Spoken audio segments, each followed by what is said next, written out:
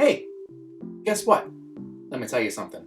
If you were subscribed to my new channel, Let's Stitch on YouTube, you'd have seen this video by now. So why don't you stop what you're doing and then go click on that button and it'll take you straight to my new channel. And then you can see the videos when they air, live, instead of here, where they won't be anymore.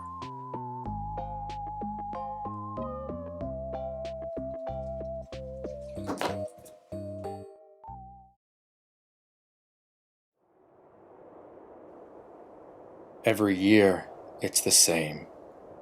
3 months of winter, and only the first month is filled with winter magic. The rest, gray and bitter despair.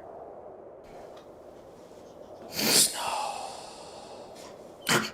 If only there were some way to experience the fun of winter, but also make content related to video games.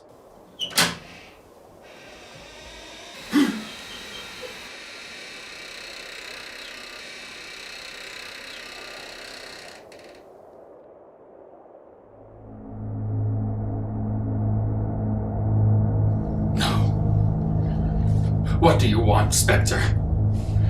What do you want?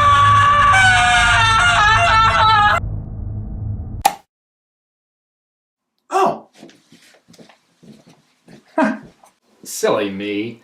That ghostly apparition was just this chair with this sweatshirt draped over it, with a lighting instrument behind it, and these fake snowballs and a pokeball. Wait a minute. I've got it! A pokeball-themed fake snowball for when it's wintertime and you don't have any snow, but you still like video games. Yup. Alright, well, time's a waste and I better get started.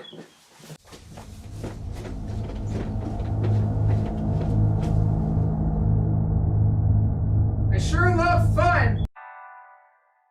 Alright, so to make these PokeSNOWballs, we'll need some red fabric dye and fake snowballs. That's the real important stuff.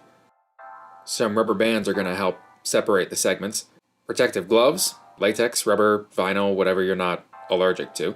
This wire is to help string the snowballs and suspend them in the dye. And we'll also want a black marker. Black ink or dye could work as well, but I think the marker will give some more control. A small pot or a saucepan. And a nice little hot plate or a stove. You could use a stove for those of you not filming an internet show.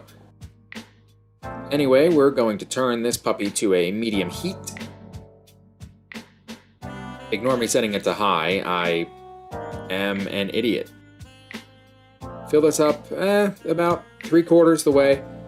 I'm using a 1-quart saucepan. And into the 3 cups of water is going to go a little dash of dish soap, which helps the dye penetrate the balls. So grab a snowball from the bunch. Depending on the brand, they are made to look hand-packed, but form your best sphere and start pulling the threads to either side. We want to separate into a top and a bottom half. Then, because Pokeballs have a white button, we're going to grab a sizable portion of one half and pull it towards the other. Now, the rubber bands are meant to keep these two hemispheres separate during the dyeing process. So we need to make sure those are wrapped tightly around the middle. Let's aim for 6. Classic party of 6. Ooh, look at that. Water is about ready, so we'll tie up another one and pour in some fabric dye. I'm using like a 1/4 cup, but what I'm aiming for is a deep red bath. Get that stirred in. And we'll turn the snowballs upside down. We need to string the side we don't want to dye so we can dip in the side we want to dye. That sounds obvious, but, well, get that evenly situated in the soup, soak for a few minutes, and then you let the pot boil over. Oh god, oh geez, oh no, it's going everywhere. Stop, please stop! Let that soup calm down a bit. Maybe think about, wear gloves while managing hot dye. This would obviously be a much easier dyeing process if we could submerge the entire snowball, but we'll hold them in the soup as best we can. And when they've all had a chance to sit for an hour, we'll rinse them in some cold water.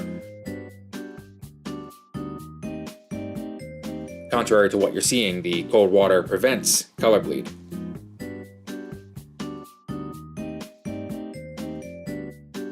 And after the rinse, we want to wash these with warm water and detergent.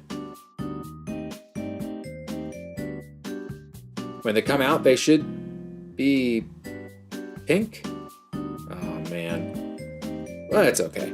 A longer dyeing time probably would have fixed that, but hey, one thread here turned out perfect. We'll snip that out of there. And the finishing touch, locate that white notch we made earlier and take the black marker to it. This is going to take some brushing back and forth to get deep into the fibers, but after about a minute, we should have a nicely defined black ring to complete the look of the Pokeball. A nice bonus to the black line is that it helps the red half stand out more from the white. Good job, Game Freak!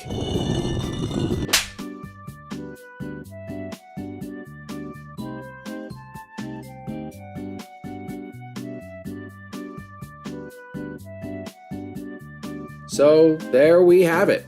6 balls to capture 6 of our friends in deadly snow combat. Well, that sure was a fun little project that only took me an afternoon to complete. And now, I don't feel so bad about there not being snow on the ground.